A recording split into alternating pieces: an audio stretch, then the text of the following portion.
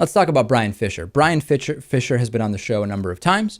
Bryan Fischer, on his program, started talking about a member of the military who wrote a letter saying, listen, because of my personal views, I'm opposed to there being a gay marriage at West Point.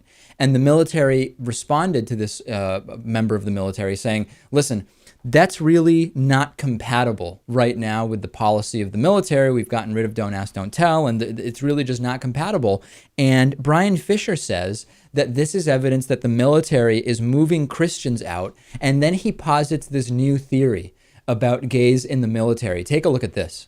And we played the soundbite yesterday from Robert Oscar Lopez saying, look, what the repeal of don't ask, don't tell has done is it's opened the door for these hypermasculine homosexuals to come into the military, very similar to the kind of masculine ideal of the warrior in Greek culture, and they were homosexuals.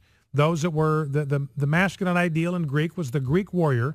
He was a homosexual. They would often have young boys as their homosexual lovers, and you would have these homosexual couples that would fight together, the 300 at Sparta.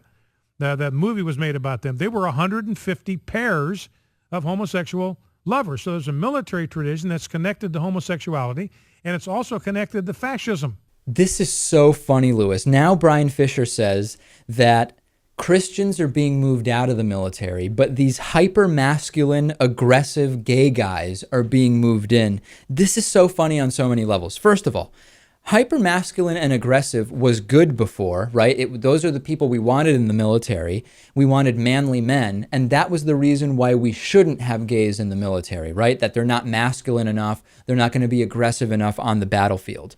There was this kind of idea that all the gay soldiers are just going to be divas, they're going to want to show up to fight in pink tutus. That was like the theory at the beginning, Lewis.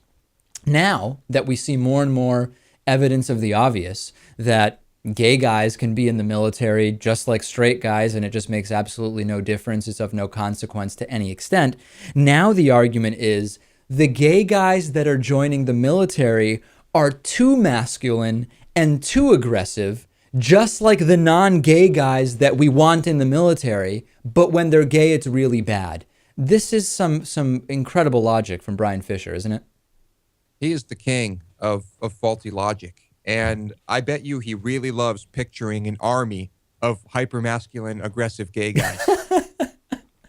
Whatever that even means. I mean, would you even, I guess what he's saying is they would be completely indistinguishable from the hypermasculine, aggressive straight guys. I just don't understand what he's saying. First, the gay guys in the military are bad because they're effeminate and they would weaken the character of the military.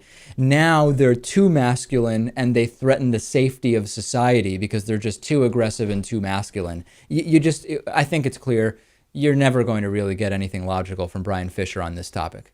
No, of course not. Anything that's not Christian and in the Bible threatens the fabric of society.